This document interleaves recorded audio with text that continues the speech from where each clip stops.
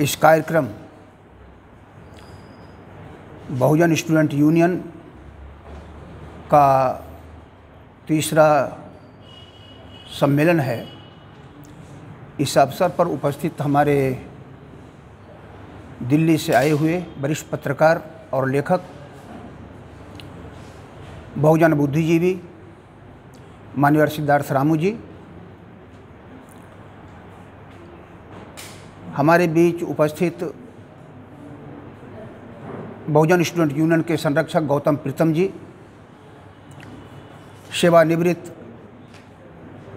परियोजना पदाधिकारी माननीय रंजन जी,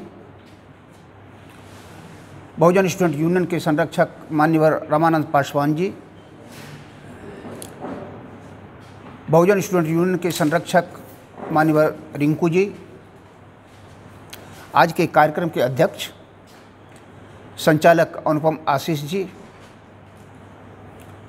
आज के कार्यक्रम में स्वागत भाषण करने वाले माननीय अभिषेक जी, विभाग के हमारे प्राध्यापकगण डॉक्टर विष्णुदेव जी, डॉक्टर संजय रजक जी, बिहार फुले अम्बेडकर युवा मंच के माननीय अमन कुमार यादव जी, नसीब रविदास जी, राजेंद्र जी, छात्रों, सामाजिक कार्यकर्ताओं और बुद्धिजीवियों, काफ़ी बातें हुई है। मीडिया कर्मी हैं नहीं, चले गए, लेकिन उनके लिए भी आप सभी का स्वागत, अभिनंदन। इस कार्यक्रम में बहुत ही कम समय में यह कार्यक्रम आयोजित किया गया। बहुजन स्टूडेंट यूनियन के साथियों और संरक्षकों की सक्रियता के कारण से कम समय में ये सम्मेलन हो पा रहा है। इसके लिए मैं बधाई देता हूँ, धन्यवाद करता हूँ सभी साथियों को। दरअसल सम्मेलन का उद्देश्य ये होता है कि हम विभिन्न अतिथियों को बुला करके उनके विचारों को जानना, समझना, देश की हालात को समझना, समाज की हालात को समझना, हमारी समस्याएं क्या है उसको समझना और उसका निदान किस रास्ते से होगा, कैसे होगा, इसको जानना और समझना। दरअसल इस दिशा में बहुजन स्टूडेंट यूनियन ने इस पूरे कैंपस में, भागलपुर विश्वविद्यालय के कैंपस में 2 छात्र संगठन है जो विचारधारा की राजनीति करता है। एक आरएसएस से जुड़ा हुआ अखिल भारतीय विद्यार्थी परिषद जो ब्राह्मणवादी विचारधारा की राजनीति करता है, उसका वो प्रचारक प्रसारक है। और दूसरा बहुजन स्टूडेंट यूनियन है जो बहुजन विचारधारा पर आधारित छात्र संगठन है और यह समाज और देश को समझता है बहुजन श्रमण परंपरा के दृष्टिकोण से, समझता है, समझना चाहता है, परिवर्तन करना चाहता है। और बाकी जो छात्र संगठन हैं वो पार्टियों के छात्र संगठन हैं, केवल वो विचारधारा के संगठन नहीं हैं। कहते हैं सामाजिक न्याय के हम छात्र संगठन हैं, लेकिन अगर प्रश्न पूछ दें कि सामाजिक न्याय क्या है, एक भी छात्र नेता नहीं है सामाजिक न्याय कहे जाने वाले छात्र संगठनों से जो इसको बतला सकेगा कि सामाजिक न्याय यह है। एक भी नहीं। यह हमारे लिए सामाजिक न्याय का नाम लेने वाले लोगों के लिए चिंतन करने का समय है, मूल्यांकन करने का समय है कि वास्तव में जिस राजनीति को करते हैं, जिस समाज के लिए राजनीति करते हैं, वे उनके विचारधारा को समझना चाहते हैं कि नहीं, वो देखना और जानना चाहते हैं कि नहीं। ये महत्वपूर्ण है, ये महत्वपूर्ण है। आपने अभी तक जो सुना, आपने रिंकू जी को सुना, अपने सभी अतिथियों को सुना, सिद्धार्थ रामू जी को सुना। उसके बाद कहने के लिए हमारे पास जो शब्द हैं कुछ ही बचते हैं। वह यह है कि देश और समाज में बूढ़े आदमी, बुजुर्ग आदमी परिवर्तन नहीं कर सकते हैं। परिवर्तन कौन करते हैं? तो छात्र और युवा परिवर्तन करते हैं। छात्र और युवा परिवर्तन करते हैं। क्यों करते हैं छात्र युवा? क्योंकि उनमें त्याग करने की असीम संभावना बनी हुई है। उनके अंदर अकूत क्षमता होती है, बहुत क्षमता होती है कि वो त्याग करके समाज को बदले, देश को बदले, अपने बारे में भी, अपने को भी बदले और समाज को भी बदले। जैसा कि गौतम प्रीतम जी आपको कह रहे थे कि आप अपने को भी बदलें और समाज को भी बदलने का काम करें। जो अपने को नहीं बदल सकता वो समाज को भी नहीं बदल सकता है। जो समाज को नहीं बदल सकता वो अपने को भी नहीं बदल सकता है। ऐसा नहीं कि ऐसा करके ही हम ऐसा करेंगे, ये सतत चलने वाली प्रक्रिया है। अपने को भी बदलना और समाज को भी बदलने की प्रक्रिया है, वह एक दूसरे से टकराता है। ये दोनों विचारधारा एक दूसरे से टकराती है। स्वार्थ और त्याग के बीच की विचारधारा टकराती है आपस में, और वो टकराने के बाद विकास होता है। दरअसल हम लोग इन चीज़ों को देखते समझते हुए अपना टारगेट फिक्स करेंगे। जैसे सिद्धार्थ रामू जी ने कहा कि आप देश भर को अभी छोड़ दीजिए, बिहार भर में भी अनेक छात्र और युवा संगठन हैं, छोटे छोटे, जो बहुजन विचारधारा को, शरमन विचारधारा को मानने वाले लोग हैं। उनको एकजुट करने का प्रयास हमारी तरफ से अभी तक नहीं हुई है। बहुजन स्टूडेंट यूनियन की तरफ से ये प्रयास नहीं हो पाई है। बहुजन स्टूडेंट यूनियन, मेरा मानना है, अभी भी बिहार में जो मैं देख पा रहा हूँ, समझ पा रहा हूँ, जो अखबार और जो सोशल मीडिया में बातें आती रहती है, उन बातों में ये बातें हैं कि हमारे जो छात्र युवा हैं अन्य जगहों पर, वो बहुजन स्टूडेंट यूनियन की तरह से नहीं सोच रहे हैं। उनके कार्य करने के तरीके, उनके समझने बुझने के तरीके इस तरह के नहीं हैं। यानी अपने महापुरुषों के बताए हुए रास्ते को अपने जीवन में उतारना है और आगे बढ़ना है, समाज और संगठन को विस्तार देना है, ये काम नहीं है। जैसे सिद्धार्थ जी कह रहे थे कि जाति को तोड़े बिना, जाति की सीमा में बंद करके हम बहुजन नहीं बन सकते हैं। बहुजन बनने के लिए हमें अपनी अपनी जाति की सीमा को, जाति की संकीर्णता को तोड़ना है। ये तोड़ने की जो प्रक्रिया है वो एकाएक नहीं होगी, वो अंतरक्रिया से होती है। जब हम सभी जातियों के साथ, बहुजन समाज में 6743 जातियां हैं, उन जातियों के साथ जब हम अंतरक्रिया करते हैं, अपने समाज में, अपने गांव में जितने जाति के लोग हैं हमारे बहुजन समाज के, उनके साथ जब हम मिलते हैं, बैठते हैं, खाते हैं, पीते हैं, बातें करते हैं, मित्रता करते हैं, भाईचारा का व्यवहार करते हैं, तो हम बदलने लग जाते हैं। और हमारे साथ साथ हम जिनसे मिलते हैं वो भी बदलने लग जाते हैं, वो भी बदलने लग जाते हैं। ये जो बदलने की प्रक्रिया है, साइंटिफिक प्रक्रिया क्या है? दरअसल आप जानते हैं ये कि दुनिया में जितने भी भौतिक उपादान आप देखते हैं, जितनी भौतिक परिसंपत्तियाँ देखते हैं, आप चीज़ें देखते हैं, वो एकाएक विकसित नहीं हो गए हैं। उनके विकसित होने में हजारों, लाखों, करोड़ों वर्ष लगे हैं। और अभी भी क्या परिवर्तन चल रहा है वहाँ तक हम नहीं समझ पा रहे हैं।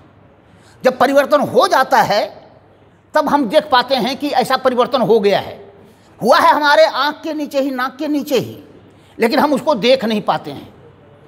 कार्ल मार्क्स इसको कहते हैं कि विचार के रहते हुए भी परिवर्तन को नहीं देख पाना, इसको वैचारिक अंधता बोला है उन्होंने, ब्लाइंडनेस कहा है इसको उन्होंने, इंटेलेक्चुअल ब्लाइंडनेस कहा है।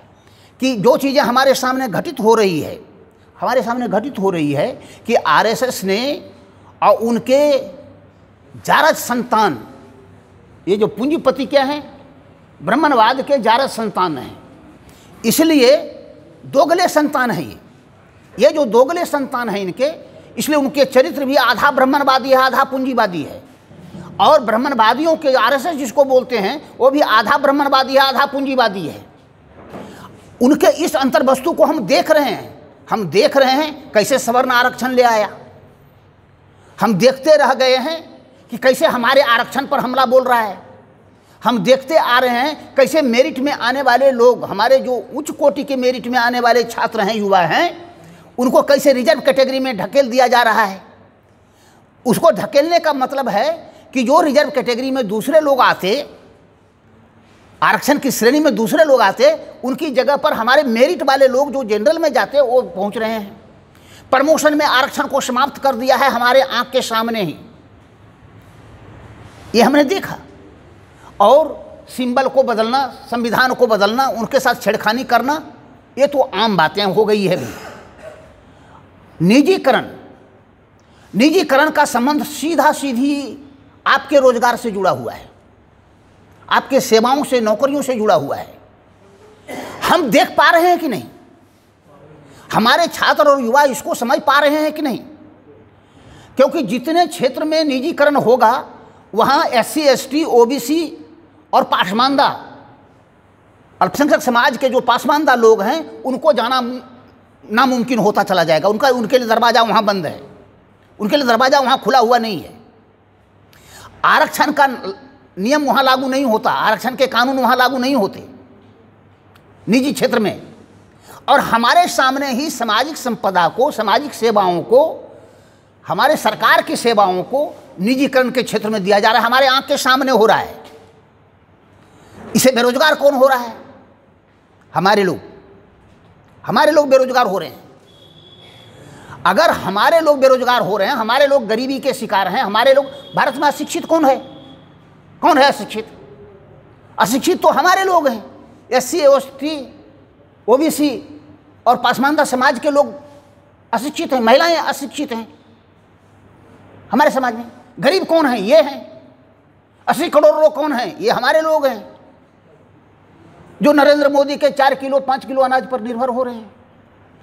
दरअसल हमारे आंख के सामने संविधान के लागू होने के बाद ये चीजें हो रही हैं। और हमारे बुद्धिजीवी, अपने को प्रोफेसर कहने वाले, डॉक्टर कहने वाले, इंजीनियर कहने वाले, अधिकारी कहने वाले, अंधता के शिकार हैं। उनको दिखाई नहीं पड़ रहा है। या तो देख करके वो सोने का बहाना कर रहे हैं, आंख मूंदने का बहाना कर रहे हैं देखते हुए, या नहीं तो वास्तव में वो अंधे हैं जिसके कारण उनको दिखाई नहीं पड़ रही है। उनके घर के बच्चे बेरोजगार होने जा रहे हैं। नई शिक्षा नीति लागू जिस तरह से की जा रही है, पूरे शिक्षा में रामू जी ने कहा आपको कि एक कारपोरेट और ब्राह्मणवाद को की साजिश है, उसको बढ़ावा देने के लिए किया जा रहा है। हमारी शिक्षा को, हम शिक्षित नहीं हों, इसको रोकने के लिए ये नेशनल एजुकेशन पॉलिसी लाई गई है। हमारे बच्चे पढ़ लिख करके जो कुछ लोग नौकरी में गए, जो उनके सामने चुनौतियां पेश कर रहे हैं, हमारे आपके जैसे लोग जो यहाँ बैठे हैं, जो उनके सामने चुनौतियां पेश कर रहे हैं कि हम तुमको नहीं मानते हैं, तुमको हम गलत मानते हैं, तुमको हम राष्ट्र विरोधी मानते हैं, तुमको हम समाज विरोधी मानते हैं, तुमको हम शिक्षा विरोधी मानते हैं, तुमको हम महिला विरोधी मानते हैं। हम लोग जो ये आवाज़ दे रहे हैं, ये उसको बर्दाश्त नहीं हो रहा है। क्योंकि हमारे मजदूर किसान जो भाई हैं, वो तो इस पर कभी आवाज़ देते नहीं हैं। उनका कोई संगठन अभी नहीं है। पहले संगठन हुआ करता था वामपंथियों के अधीन, लेकिन जब उनके नेता ही सो गए, जब उनके नेता के मुंह की आवाज़ ही छीन ली गई, या खुद उन्होंने अपनी आवाज़ खो दी, अपनी जीभ कटवा ली, तो स्वाभाविक है मजदूर किसानों का संगठन जो चलता है वो उनके नेताओं के जरिए चलता है, नेतृत्वकर्ताओं के जरिए। जैसे बहुजन स्टूडेंट यूनियन भी नेतृत्व के जरिए चलेगा ना। अगर हमारे नेता चुपचाप हो जाएं, हमारा संघ चुपचाप हो जाए, हमारा बहुजन स्टूडेंट यूनियन के नेतृत्वकारी साथी चुपचाप हो जाएं, निष्क्रिय हो जाएं, तो ये आवाज़ कौन देगा? नहीं देगा। अगर बिहार फुले अम्बेडकर युवा मंच के साथी निष्क्रिय हो जाएं, वे आवाज़ नहीं दें, तो युवाओं में कौन आवाज़ देने वाला होगा? युवाओं को संगठित करने वाला कौन होगा? इसलिए हमारे आंख के सामने, नाक के सामने सारी चीज़ें घटित हो रही हैं। उनका मन इसलिए बड़ा है, ये जो नेशनल एजुकेशन पॉलिसी लाया है, जिसको नई शिक्षा नीति भी कहते हैं, इस नई शिक्षा नीति का तात्पर्य यह है कि प्राइमरी से लेकर के अब क्या है, आंगनबाड़ी केंद्र में शिक्षा दी जाएगी। अभी तक तो था खाना पीना होना, बच्चों को खेल कूद कराना, अब है कि वहाँ से शिक्षा दी जाएगी। प्रिपरेटरी जो इसको वो रखा है वो इसी में 3 वर्ष तक का रहना है उसको, 3 साल से 6 वर्ष तक। अब यह जो स्थिति है, तो आंगनवाड़ी की दशा क्या है? मेरी पत्नी तो CDPO है, बताती है कि क्या हालात है आंगनवाड़ी केंद्रों की, और वहाँ पर जो माफिया लोग हैं कैसे आंगनवाड़ी केंद्र पर दखल देते हैं, चीज़ें नहीं बंटनी चाहिए, कैसे रिश्वतखोरी होनी चाहिए, कैसे ये होना चाहिए, वो सारी बातों को कराता है, दबाव डालता है। मुखिया, सरपंच, वार्ड सदस्य से लेके पूरे जितने भी लोग हैं। कहने का मतलब यह है उसको एजुकेशन सेंटर बनाया जा रहा है मोदी जी ने। ऐसा क्यों कर रहे हैं कि हमारे SC ST OBC और पासमानदा समाज के लोग पढ़ाई लिखाई करके आगे नहीं बढ़ सके, और ऊपर के दर्जा में क्या होना है, BA 4 वर्ष का, BA ग्रेजुएशन जो है वो 4 वर्ष का और 3 वर्ष का। 4 वर्ष जो हो करके आएंगे वो सीधे PhD में करना चाहेंगे, PhD कर लेंगे, उनको MA करने की ज़रूरत नहीं होगी। और जो ग्रेजुएशन किए, पार्ट 1 अगर कर लिया आपने और पढ़ाई छोड़ दी तो पार्ट 1 का आपको सर्टिफिकेट मिल जाएगा। फिर आइए दूसरे साल, तीसरे साल फिर पार्ट 2 में एडमिशन ले लीजिए, फिर मन हो चले जाइए, पार्ट 2 का सर्टिफिकेट एग्जामिनेशन का मिल जाएगा आपको, और फिर 2-4 साल के बाद लौट करके पार्ट 3 कर लीजिए। और यह जो ये शिक्षा नीति है, राष्ट्रीय शिक्षा नीति, ये प्राइवेट स्कूल पर लागू नहीं होगा, ये प्राइवेट कॉलेज पर लागू नहीं होगा। ये प्राइवेट में इंजीनियरिंग कॉलेज रहेंगे, मेडिकल कॉलेज रहेंगे, सभी कॉलेज रहेंगे, लेकिन इधर का जो सरकारी कॉलेज है मेडिकल इंजीनियरिंग का, ये सबको एक साथ ले आएगा। अब डॉक्टर इंजीनियरिंग भी पढ़ सकेंगे, इंजीनियर डॉक्टरी भी पढ़ सकेंगे। इसका मतलब यह है कि इधर के पढ़े लिखे लोग जो हैं वो खिचड़ी हैं, इसलिए डॉक्टर की सेवा में, इंजीनियरिंग की सेवा में वो नहीं जा सकेंगे। प्राइवेट कॉलेज के जब पढ़े हुए एक्सपर्ट लोग आएंगे, उनके सामने ये टिक सकेंगे क्या? नहीं टिक सकेंगे। इससे भी बुरी बात क्या है, कॉलेज खोलने के बजाय का सरकारी कॉलेज की संख्या घटा करके 50% तक लाया जाएगा। अगर 100 कॉलेज है तो उसको घटा करके मर्ज कर दिया जाएगा, एक कॉलेज से दूसरे कॉलेज को, तीसरे कॉलेज को, चौथे कॉलेज को एक साथ, और उसको घटा करके 50% कर दिया जाएगा। हानि किसकी है? बड़े लोगों की हानि है ही नहीं, ब्राह्मणवादी और पूंजीपतियों की हानि है ही नहीं, पैसे वालों की हानि है ही नहीं। हमारे जो मजदूर किसान सामान्य लोग हैं, पढ़ने लिखने वाले लोग हैं, निम्न मध्य वर्ग के लोग हैं, जिनके बच्चे BA MA पास करने के लिए 10-20 करोड़ 10-20 लाख खर्चा नहीं कर सकते हैं, वे पढ़ेंगे इन टूटे फूटे कॉलेजों में, मर्जर कॉलेजों में। और उसमें भी अभी तक प्यून की नौकरी भी तय नहीं हुआ है कि पार्ट 1 जो पास करेंगे उनको प्यून की नौकरी की भी गारंटी होगी, ये भी नहीं है। यानी वो तो इंटर ही है, ग्रेजुएशन है ही नहीं। पार्ट 1 किया हुआ, पार्ट 2 किया हुआ, वो तो क्या होगा बोलिए? इसी तरह से होगा। अब PhD में जो है जिसको मन चाहेगा उसको एडमिशन दे देगा, MA पास किया हुआ लोग भटकेगा। जैसे अभी भागलपुर विश्वविद्यालय ने क्या किया, 16 अंक दे दिया, सहानुभूति अंक, ग्रेस मार्क 16, नियम में नहीं है, परिनियम में नहीं है, परीक्षा के नियम में नहीं है। 5 अंक भी आप नहीं दे सकते हैं, नियम में नहीं है। 16 अंक दे दिया। इसके कारण हमारे यहाँ 1-2 स्टूडेंट आए और आई ये कहने के लिए कि सर पहले मैं पास किया था, ये जो 16 अंक दे दिया हमसे ज़्यादा अंक वाला पहुँच गया, हमारा एडमिशन नहीं हुआ रिसर्च मेथोडोलॉजी में। ये पॉलिटिकल साइंस में भी और कई विषयों में ऐसा हुआ है, हिस्ट्री में भी ऐसा हुआ है। हमारे कहाँ है छात्र नेता? ये 16 अंक ग्रेस क्यों? इसका विरोध सामाजिक न्याय के छात्रों ने क्यों नहीं किया? जो संगठन चलाते हैं क्यों नहीं किया? इसका मतलब है गोलमाल है भाई, गोलमाल है, गोलमाल है भाई, गोलमाल है। इसका मतलब है गोलमाल। इसलिए मैं कहूँगा कि बहुजन स्टूडेंट यूनियन अपनी आवाज़ को बुलंद रखे। विश्वविद्यालय में चलने वाले तमाम जो निर्णय होते हैं, लिए गए निर्णय होते हैं, अगर उसमें विसंगति है, उसमें गलतियां हैं, उसमें सामाजिक न्याय के नियमों का उल्लंघन हुआ है, तो आप आवाज़ बन करके उभरें, आप आवाज़ दें। कि ये गलत है, आपका ऐसा बोलना भी बहुत मायने रखता है। सोशल मीडिया पर इसका बहुत मायने रखता है, अन्य क्षेत्रों पर बहुत मायने रखता है। ये करने की आवश्यकता है। अगर शिक्षा को बचाना है, बहुजनों के लिए, हम लोगों के लिए, अपने लिए शिक्षा बचाना है, हमारे पास संघर्ष के अलावा कोई दूसरा रास्ता नहीं है, संगठन के अलावा कोई दूसरा रास्ता नहीं है। कोई भी आपके जितनी पॉलिटिकल पार्टी है, मुझे कहते हुए हंसी आती है, अभी तक किसी राजनीतिक दल ने राष्ट्रीय शिक्षा नीति का विरोध नहीं किया। राष्ट्रीय शिक्षा नीति का विरोध किसी भी राजनीतिक पार्टी ने नहीं किया अभी तक।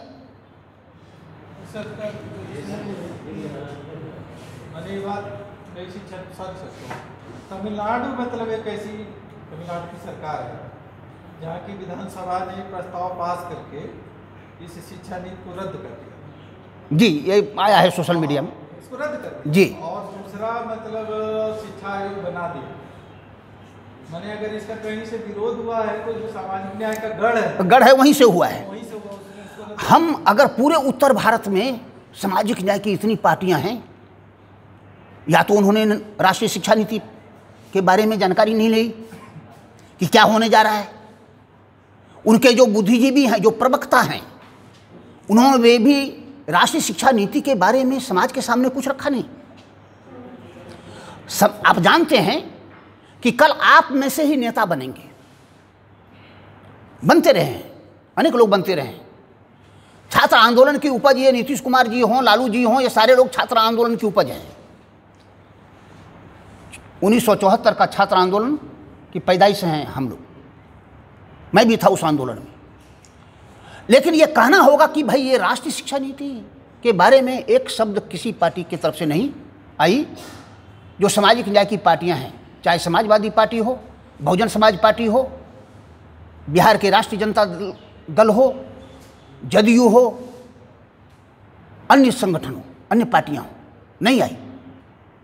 जबकि हमारे पूरे समाज के भविष्य को नष्ट करने की ये नीति है, शिक्षा से वंचित करने की ये नीति है, तब भी कोई आवाज़ नहीं आई।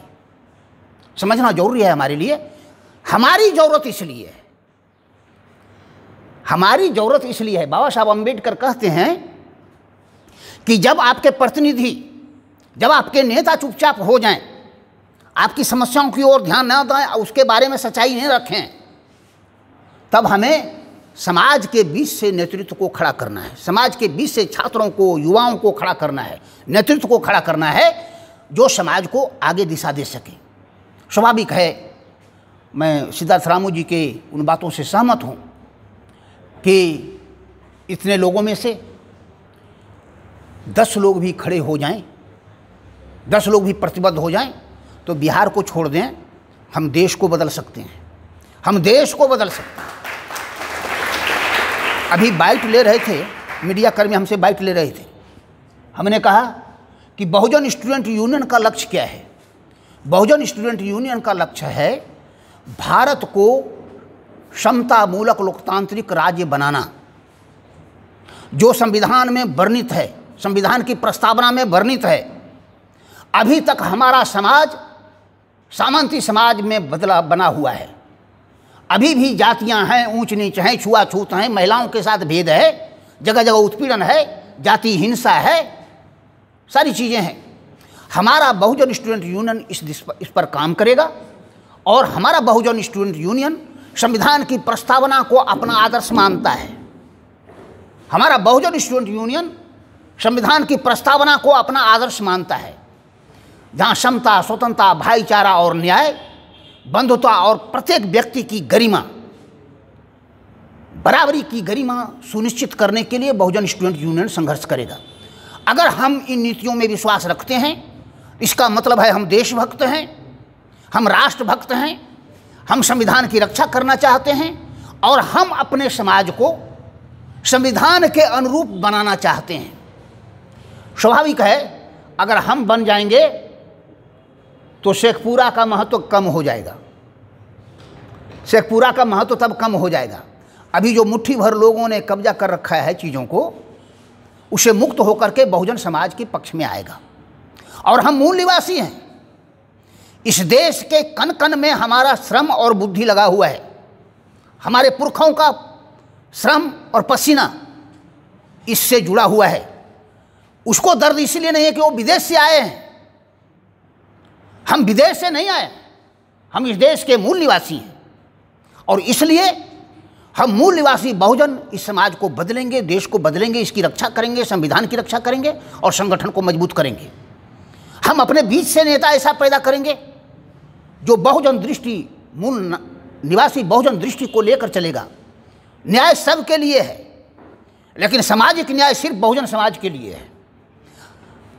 न्याय सबके लिए है, लेकिन आर्थिक न्याय जिनके पास अर्थ नहीं है, जो गरीब हैं, जो कमाने खाने वाले लोग हैं, उनके लिए आर्थिक न्याय की व्यवस्था करेंगे। हम ये करेंगे। अब उसमें कहेगा कि तुम जातिवाद करते हो, तो तुमने अब तक ये 3500 वर्ष से जातिवाद किया है? हम तो अब बोल रहे हैं, अब जातिवाद कर रहे हो, अब बोलना सीखे हैं। मैंने 1950 के पहले या अपने महापुरुषों के पहले, राष्ट्रपिता फूले के पहले तो आपको कहा भी नहीं किसी ने कि आप जातिवादी हो, किसी ने नहीं कहा। अगर कबीर जी ने कहा, चुनौती खड़ी की थी, वैचारिक चुनौती खड़ी की थी, संत रविदास ने वैचारिक चुनौती खड़ी की थी, संत गाडगे जी ने वैचारिक चुनौती खड़ी की थी आपके सामने, गुरु नानक देव ने वैचारिक चुनौती खड़ी की थी, लेकिन उनको आपने पचा गया। क्या पचा गया? उनके जो जगह थे, उनकी जो विचारधारा थे, उसमें उसमें घालमेल कर दिया है। कबीर में भी घालमेल है, संत रविदास जी में घालमेल है। केवल गुरु नानक की वाणी में बचा हुआ है जो चीज़ें है, क्योंकि उनकी परंपरा चली, सुविकसित परंपरा चली। इसलिए मैं कहूँगा कि आज के समय हम लोगों को लड़ने के लिए विचारधारा की कोई कमी नहीं है। हमारे पुरखों ने इतना चिंतन करके, इतना मनन करके, इतना मेहनत करके हमारे पास इतने सारे साहित्य रख गए हैं, मार्गदर्शन के लाइन रख दिए गए हैं कि केवल उसको फॉलो अप हम करें, केवल हम उसको आगे बढ़ाएं, उसका अनुपालन करें, इसी में हमारी मुक्ति है। एक बात साफ साफ समझना है हमें कि ब्राह्मणवाद और ये पूंजीवाद, ये दोनों एक ही है भारत में, अलग अलग नहीं है, एक ही है। और ये दोनों से ही हमारे सामने हर तरह के संकट खड़े हैं। हमारे लिए संकट जो खड़े हैं, इसीलिए खड़े हैं। अभी भी समाज के किसी भी गांव में चले जाएं, छुआछूत है कि नहीं? छुआछूत है छुआछूत, ऊंच नीच भी है, महिलाओं के साथ विभेद भी आज भी मौजूद है ना? तो ब्राह्मणवाद कहाँ से खाद पानी ले रहा है? हम लोगों के बीच से खाद पानी ले रहा है। परंपरा के नाम पर ले रहा है, धर्म के नाम पर ले रहा है, देवी देवताओं के नाम पर ले रहा है, पूजा पाठ के नाम पर ले रहा है कि नहीं? एक ने सोशल मीडिया पर देखा, लिखा था कि भी आज की महिलाएं या पुरुष क्या शिव को इतना पूजा करते हैं, शंकर की इतनी पूजा करते हैं, क्या शंकर जैसा उनका बेटा हो जाए या शंकर जैसा उनका पति हो जाए, ये कोई चाहता है? ये कोई नहीं चाहता कि उनका बेटा गांजा भांग धतूरा पिए। ये कोई नहीं चाहेगा कि उनका बेटा जो है गले में नाक का सांप लेकर के घूमे। ये कोई नहीं चाहेगा कि फटा चिटा कपड़ा पहन करके हमारा बेटा घूमे। क्या चाहेगा? लड़कियां तो बिल्कुल नहीं चाहेगी। पति चाहेगी ऐसा लेना? नहीं। लेकिन लड़कियां पूजा करती है, महिलाएं पूजा करती है, शंकर की पूजा करती है। अब बोलिए, जो खुद ऐसा है उससे मांगता है कि हमको अच्छा वर मिलना चाहिए। जो खुद इस हालात में है उससे मांगता है कि हमको धन मिलना चाहिए, शंकर हमारी सारी समस्याओं का समाधान कर देगा। जो खुद गांजा भांग पीता है, खाने के लिए अनाज नहीं है जी, ऐसे से मांगता है धन। तो भाई मेरे, इस वैचारिक अंधता का विरोध हमें करना पड़ेगा। अभी तो शिव का पूजा शुरू हो गया है ना, सावन महीना में। अब बोलिए, सावन में ही पूजा करने से फल मिलता है, बाकी शिव जी की पूजा करना जरूरी नहीं है जी। ये विश्वास क्यों किसने फैलाया? ब्राह्मण और बनियों ने फैलाया है, अपने व्यवसाय के लिए फैलाया है। अपने पूंजी के विकास के लिए, व्यापार के विकास के लिए फैलाया है। इन चीज़ों को कैसे हम समझेंगे? अगर हम कंपेरेटिव तरीके से देखेंगे कि ये करने से लाभ किसको मिल रहा है, सीधा सीधी बनिए को लाभ मिल रहा है और सीधा सीधी ब्राह्मणों को लाभ मिल रहा है। अब पैसा खर्च किसका हो रहा है?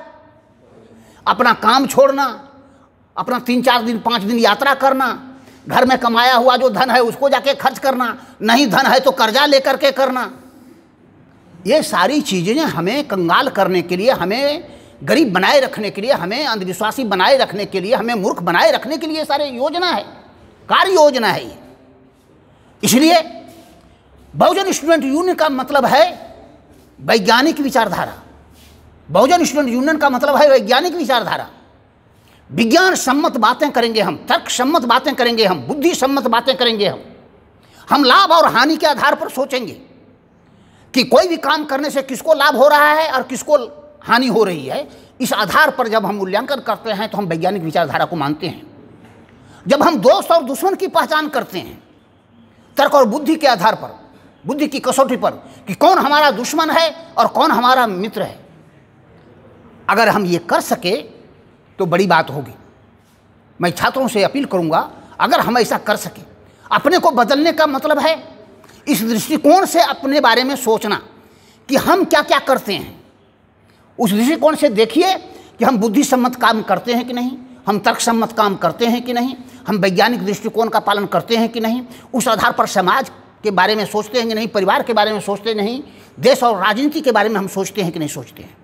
आज गरीब हमारे लोग क्यों, आज अशिक्षित हमारे लोग क्यों, आज पिछड़े हमारे लोग क्यों, इतने दलित पीड़ित लोग हमारे क्यों हैं, इतने शोषित क्यों हैं, महिलाएं इतनी शोषित क्यों हैं।